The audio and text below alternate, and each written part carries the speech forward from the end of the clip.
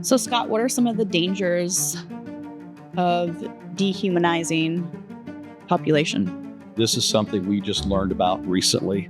These are police officers. They come upon a body. They have a rookie with them. And some officers sit back with their sunglasses on, okay? Smug. They give him a straight cutter, box cutter, and they tell the rookie that they have to cut open these boils and Blisters. these blisters. They took someone's child. Those of you that claim to be Christians, that is God's child. That is so disgusting and so inhumane. We'll arrest a homeless guy immediately for sleeping outside, but we won't deal with a police officer for 6 months for playing with a dead human being. Why does it seem easy for many people to treat certain segments of the population more like pigeons? Just people are selfish. If they don't have to look in somebody's eyes and they don't have to care for them, it's easier. You know what? I don't know that I would treat a pigeon that bad. I mean, this is where I feel like we've got to be a louder voice for the community, for these people in our community, because if we can't be out there to advocate for them, keep them safe, who's going to? Hi everyone, Tracy Lewis with Imagine Marketing, and I'm joined by Pastor Scott, who is the founder and CEO of Matthew's Hope, and Shelley Bradford, who is the president and executive director of Matthew's Hope. Welcome to episode 70 of Straight Talk, No BS with Matthew's Hope, presented by Imagine Marketing. Today we're going to be talking about the dehumanization of those experiencing homelessness, so get ready. In episode 37, we discuss the power and danger of dehumanization as it relates to those experiencing homelessness. Now let's listen back to one of the clips from that episode that was posted on YouTube. What are some examples of ways that people dehumanize those experiencing homelessness? The sad part is that it has almost become an unconscious behavior for many people just due to the lack of empathy towards others. Mm-hmm. I watch people all the times, talk about, well, the bum just needs to get a job, not understanding anything about the bum or understanding how that person got there. We dehumanize people by the fact that if they aren't like us, and this isn't just homelessness, we do this with racial issues and all kinds of things. Yeah. Homelessness, though, is one that doesn't pick a race. Mm-hmm. If you go into either one of our campuses, you're going to see a mix of white, black, and everything in between. You're going to see mostly people that are older. Yeah. That's become the norm. That wasn't true when we started 14 years ago. You're going to see roughly 34% of them being women. And out of those women, you're going to see a number of them that are well into their 70s, possibly older, that did all the things right according to society, but their husband happened to pass, and therefore they lost a part of their pension or their Social Security and are homeless for the first time at their 80 years old. Mm. Now, people look and go, well, what ways did they fail? They didn't fail. This is the first time they're homeless, and they don't even know how to do it. So I think those are just simple things. But I mean, it really is. We assume that someone who's homeless has made a mistake in life. We assume that they're uneducated.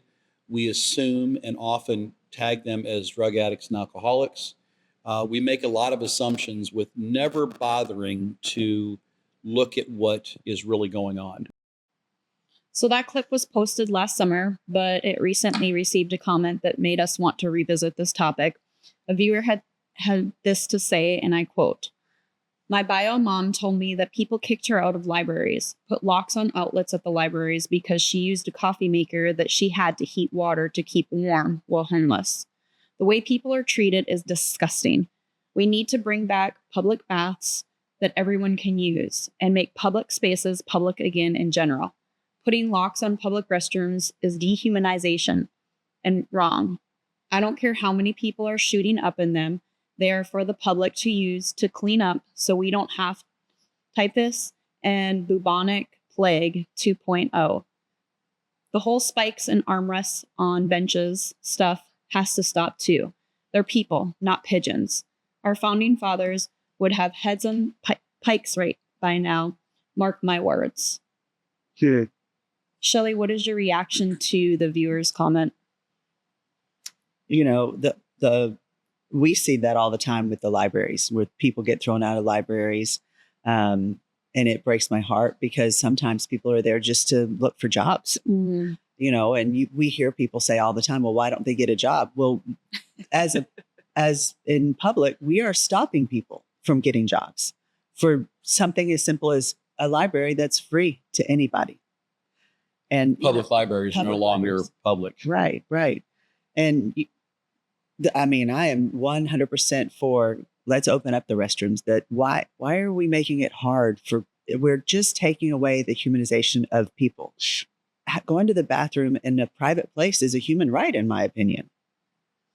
Right. Well, and if you don't open the bathrooms, there's one They're thing. still going to go somewhere. Yeah, there's one thing I can assure you. We all Every do it. day, everyone poops. Yep. Sorry, all do it. everyone poops. You got to pee a few times a day. As you get older, I'm in my 60s now. You pee more often. You know, when it's time, it's time. You know, and you know, I joke about it, but here's the other side about it. If I'm homeless and I can't get into a bathroom, I've watched grown men humiliate themselves peeing their pants because they don't want to expose themselves in public. Now they've wet their pants. Now they smell like urine, and now we're they're going to be creating the judged. problem. Yeah.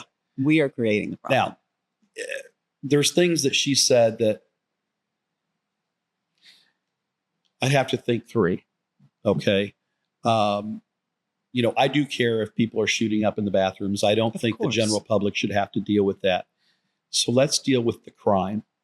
You know how inexpensive it is to put a camera outside a building? Of course. Okay. We as a nonprofit have something like 100+ cameras between our properties. And it's not that expensive. There's so many ways about this, but closing a public bathroom, closing a public library to these people is only exacerbating the problem. And we got to rethink this, you know. Yeah. Let's deal with the criminal element if there is one. But all homeless people aren't criminals. In fact, most of them are. In fact, They just want to be left alone. Yeah. They must rather just be left alone and what have you, because they're so uncomfortable with interacting with people because they have been so dehumanized.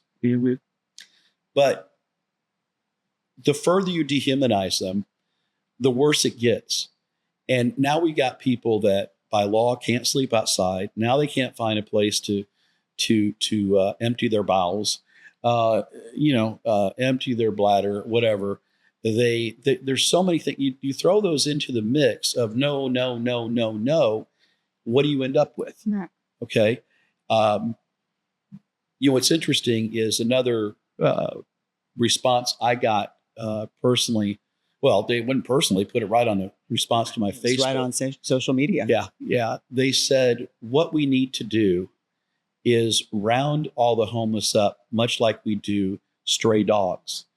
Get them cleaned up and give them their shots, and ask that people adopt them to care for them. If they are not adopted within 6 months, we euthanize them. I thought, who could be so ugly to not only think I want to know, was that an anonymous person that put that on No. there? Or did they actually put their name out They there? actually put their name on it. So I tracked it back. Ooh.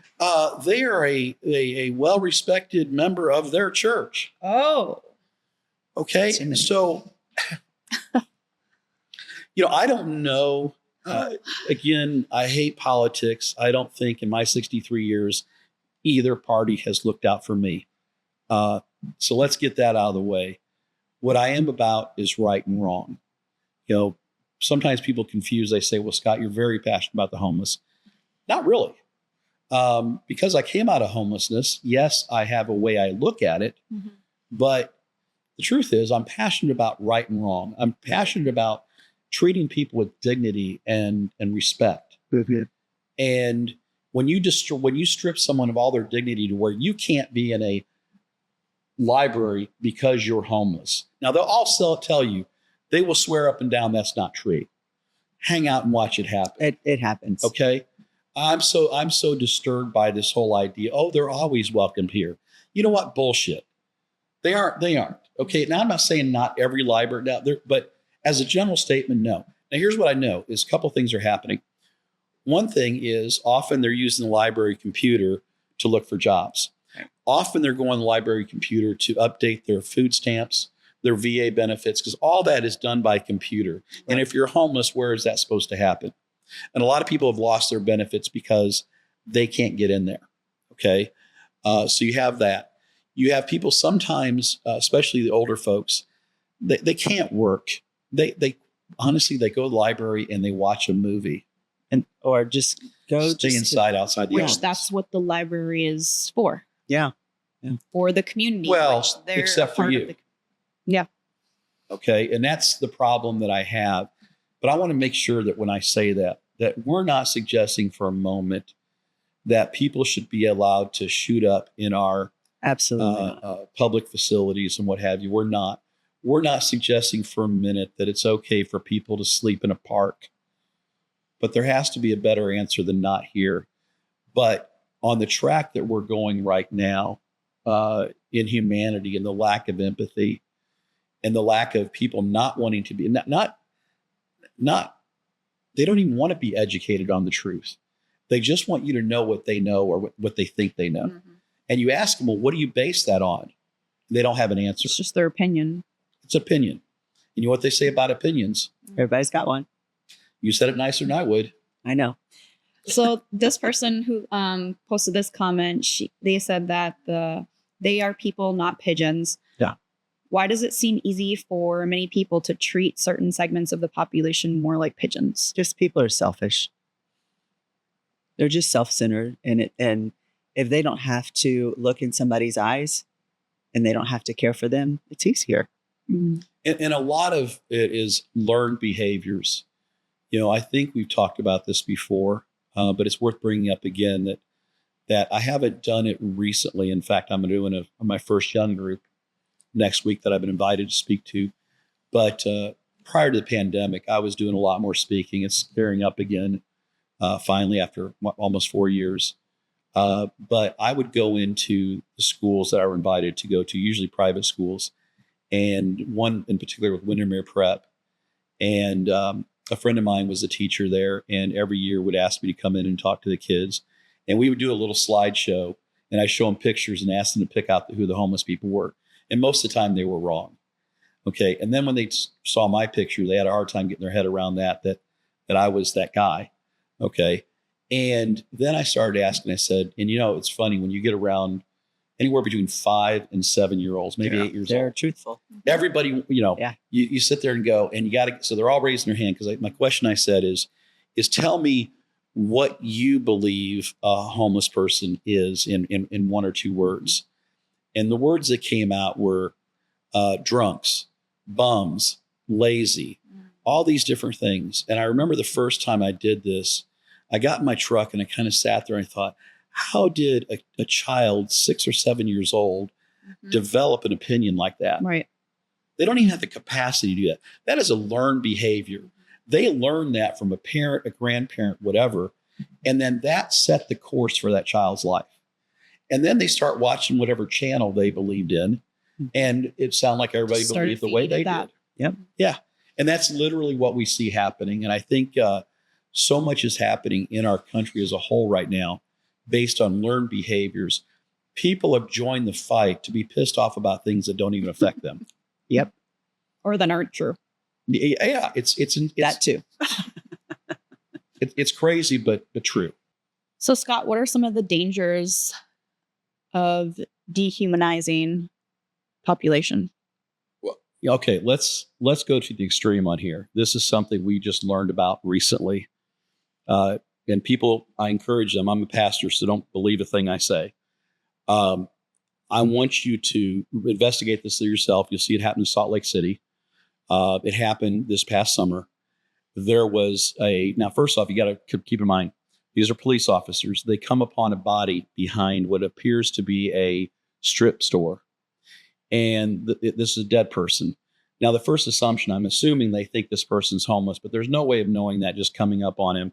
And based on the video that we've seen, this has all been videotaped. So everything I'm saying here, Their body cams. it's not just something, it's from their own body cams. They come across this body. They have a rookie with them, and they tell the rookie that, and they're basically what they're doing is they're kind of hazing him. Right. Yeah. Okay. So they're hazing the rookie, and to haze the rookie, what they decide to do is tell the rookie that he has to help move the body of this deceased individual. And the rookie's questioning it, but I think this was his 11th shift. So, my daughter's a police officer. It takes a while till you get to your place. Okay. Your husband's a police officer. Okay. And I think we would both be horrified if we learned this. So here's what they do. First off, you're not supposed to touch. That could be a crime scene. So you're not supposed to touch to begin with. It is a crime scene. It is crime scene. Yeah, right. It's crime scene until we decide otherwise, right? Okay. But there's a dead body there. So right now it's assumed to be a crime scene. And the first thing that we even know is you don't touch anything because you want to make sure the evidence is exactly what's supposed to be. You don't want your boot marks mixed with their boot marks, all that stuff. You verified this person is clearly dead. This particular individual who would end up being in fact homeless, I think he was a 47-year-old gentleman. You'll see his picture if you go find the video. And he's a fairly good looking guy. Yeah, Don't know his story. I really don't. But what I do know is that they didn't know his story either. Okay. They come across a body, and as a joke, and some officers sit back with their sunglasses on, looking all puffy. Okay. Smug. Very smug. Mm-hmm. And are telling this guy he has to do this. And then they give him a straight cutter, box cutter. And the guy had blisters on him, which is not uncommon. Some of these homeless people outside. But here's another thing. They don't even know, what are those blisters caused by? That could be a health epidemic happening right there that they're going to spread. They're okay. So they're such idiots that they don't even consider that either. They just want to play this out on the rookie. And they tell the rookie that they have to poke and break open, cut open these boils and blisters. These blisters. Okay. And the rookie is kind of saying, "Oh, come on, you guys are messing with me." They're all like, now there's several officers on site. Okay. So there's not just like one or two guys. There's several of them there. Nobody interjects. Nobody stops it. Some of them you can sit there and kind of hear them laughing and joking about it behind, sitting a little further back, and you can't see all them. But there was three in particular you do see, and you can hear there's others there, and you see others in the video. They took someone's child. Right. Now think about this. I don't care if that kid is laying there. First, he's a 47-year-old man. I don't care if he's laying there with a needle in his arm. That is, and he wasn't, but if he was, that is still somebody's child. We're breathing. Those of you that claim to be Christians, that is God's child. And I am horrified. And that's a word I don't use very often. And not a whole lot horrifies me. When I saw this, I was so horrified. I found tears coming to my eyes. And I'm thinking, how disgusting. Now, the follow-up disgusting to that was for 6 months, nothing was done. Yeah. First off, the first thing that should have happened when that became public is if that chief did not follow up that, not only should he be run out of he should be a small security guard by now. Because that's just disgusting. And to sit on that. And then when you look at, and it actually says in the videos what they got. One guy quit before he got disciplined. Okay. The rookie ended up getting nothing. And I'm not sure how I feel about that because I feel like it is a decent human being. If you're getting caught in that, you still had a choice of saying, guys, I'm just not doing this. Yeah. I'm just not doing this. In fact, I would have gone to, what do they call it? Within the police state, there's a place they can go to if they have a complaint. Absolutely. Okay. But he gets nothing. Okay. Now he probably learned a lesson, but he gets nothing. One got 3 days off. Yeah. Right. Yeah. And what was the other one? I'm trying to remember what the bottom line is. Nothing. They barely got a slap on their hand. First off, it's against the law, period, against the law to do anything with a dead body. Yep. Okay. Anything. Okay. There's law. These officers are not only getting tough consequences towards them, but the fact that they are even allowed to be police officers at all, that is so disgusting and so inhumane. Because what are they going to do next? Well, now think about this. We have homeless people that get mugged all the time, get beaten, I've seen them beaten on, I've seen them peed on, after they're beaten down, everybody stands around, pees on them. We've seen things and witnessed things all the time. These homeless people don't even want to go to the police. Now, not all police are bad. My daughter is a fine police officer. Your husband's a fine police officer. I don't want to suggest that for a minute. But if you don't feel safe going to them, you should be able to feel safe. That's where you should feel safe. And you should believe that our police departments should be like we expect from anybody, act like a human, and realize that's a human being. Be treated like a human and not a pigeon. That is often. I mean, you know what? I don't know that I would treat a pigeon that bad. Right. Yeah. Okay. Maybe I'm the weird guy who pulls a dead pigeon out of the road and tries to bury him.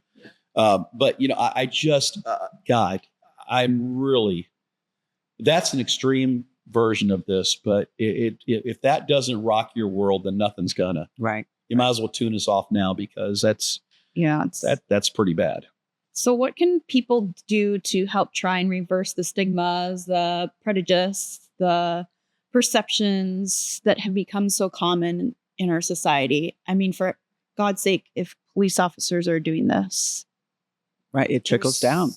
It trickles down to your community, and they're not getting reprimanded. That's also a thing. There's no consequences to it. That there's, we'll arrest a homeless guy immediately for sleeping outside, but we won't deal with a police officer for 6 months for playing with, hazing a dead human being, and encourage others to do the same. Mm-hmm. What the hell is wrong with that? So what can we do to reverse this stigma, these actions? I mean, we've just got to, this is where I feel like we've got to be a louder voice for the community, for these people in our community, because if we can't be out there to advocate for them, keep them safe, who's going to?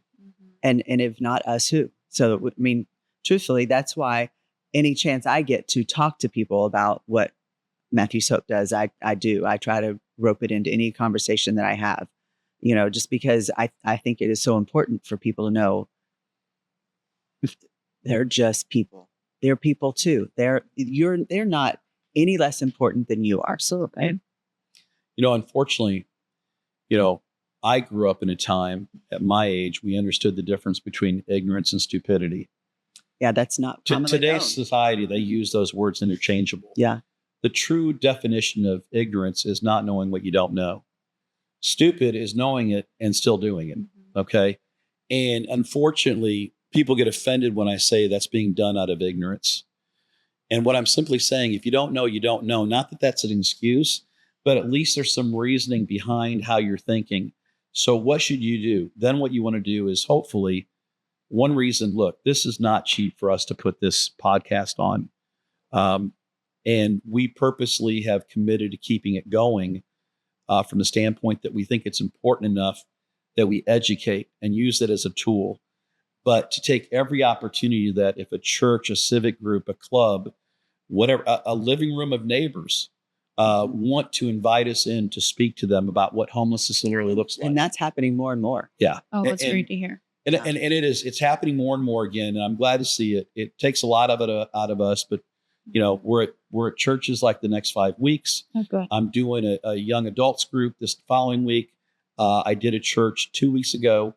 I was invited to a ladies club 4 weeks ago. So it's happening, but we need to get people to start looking through a new set of eyes. And without the eyes of assumption that a homeless person is a homeless person, a homeless person, just not true. Learn the statistics, learn what the dangers are and what they aren't. And then let's address those things. Yes. Yes. Well, thank you guys for expressing all of that and sharing a little bit more about dehumanization. We need to do better. We can do better.